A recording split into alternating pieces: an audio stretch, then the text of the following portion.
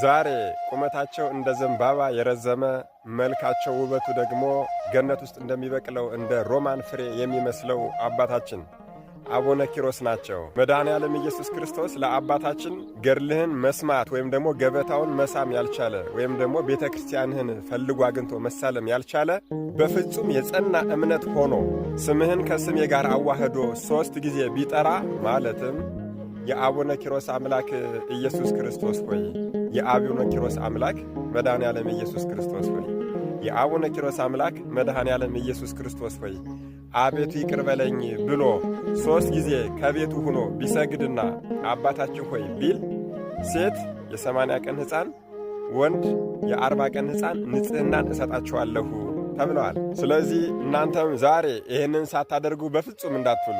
ምክንያቱም ቃሉ የማይታበል እውነተኛ አምላክ ነው ያለንና፣ አዎ አሜን ይሆንልኛል ይደረግልኛል ብለን እናድርገው። እርሱ እውነተኛ አምላክ ነውና ይፈጽምልናል።